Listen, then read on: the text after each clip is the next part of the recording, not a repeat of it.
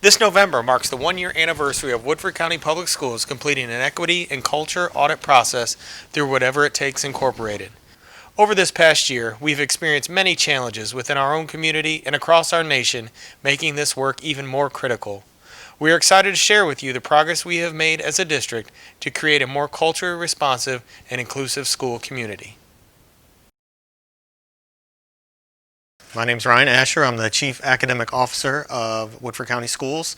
One of my responsibilities under that role is to lead our equity team within the district.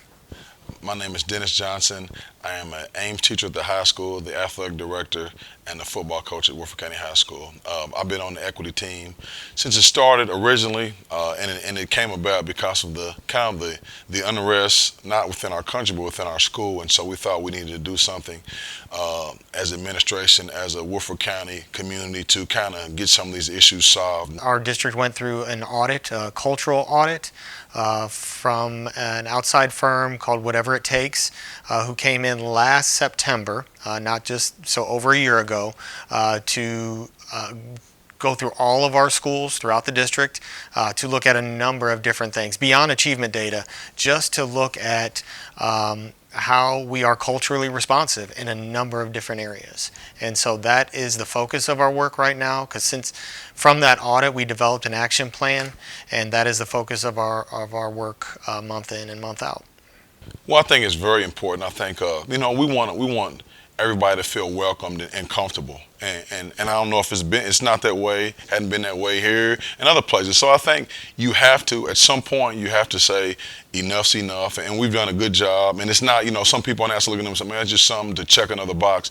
I don't think it is. I've had numerous conversations with Mr. Hawkins, one-on-one with a few people about some of the issues, and we've had very open and honest conversations. So I think at the top, he wants this conversation to happen and wants us to see what we can do to fix it. So I think it's very important as an African American, as a minority, with all the stuff going on around our country. I think it's important that we're able to get our voice out. And for our minorities, I think we all have a voice in the place. And I think unless you have these conversations on a daily basis, on a weekly basis, on a monthly basis, stuff can kind of get brushed under the rug. And I think we're doing our best to try to put that stuff on the front lines and deal with it. I think collectively, not only in our equity team but beyond, we feel that this is very important work. A word that we've talked about, like when we're just like, what are we doing month to month? It's about respecting diversity, and the first thing you need to do is raise your level of awareness of the diversity in our district, and also what the diverse needs are, and we have to raise our level of awareness and understanding of each other, so that we can respect and appreciate those differences. Well, just some of the terms when you talk about equity, you talk about culture, you talk about diversity, those can go so many different ways. And to keep ourselves focused, we've got to have that action plan to address those things, but to all be on the same page of what we're working on to address diversity in our district and equity, because you can kind of spiral many different ways. So we've got to have that to keep our work focused.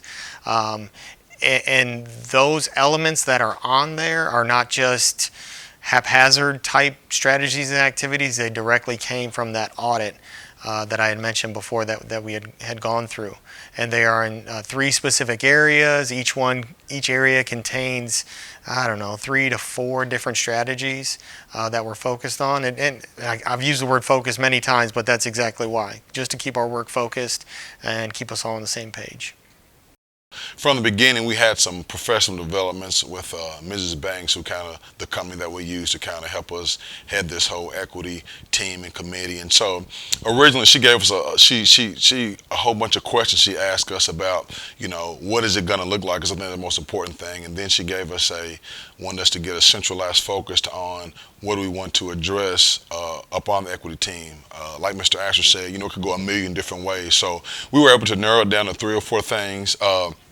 we had some events that were planned before this COVID that we had to kind of put on delay. But since then, with Zoom and being able to do all the virtual meetings, we've been able to continue our process of trying to get our equity team continue to roll on the issues at hand and try to make Woodford County a better school and community. One element of the audit that I had mentioned, and the audit involved folks from their company actually coming in into all of our school buildings. And one of the things they did was look at our walls and our environments in our schools and in the hallways, in the classroom. And there was very little representation of a diverse culture and diverse colors for that matter.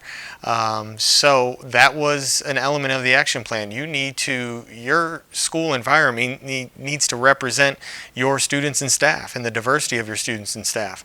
And so at that point, each school level, there was a training with Whatever It Takes. Dr. Banks is the person that we work with to what does that look like in schools. And so they had come up with different ideas, and they didn't want just you buy these posters and put them on the wall. They wanted it truly representative of their culture. So that was an activity from the action plan. Schools have made a tremendous amount of progress in that. You'll see some pictures today, I think, of the different representations.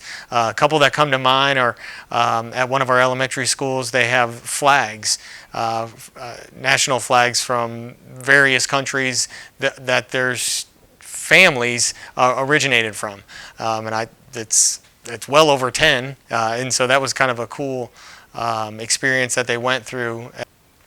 Just this past month in September, well, 2 months now, September was Hispanic Heritage Month, and I know that several of the schools had displays to honor their culture and that month. The signage and stuff in the schools is very important because I think seeing is believing. You can talk about it all day, but I think if kids are able to go around and see posters and see pictures and see inspirational quotes on the walls from every ethnicity, I think it's very, very important. I think that a picture's worth 1,000 words.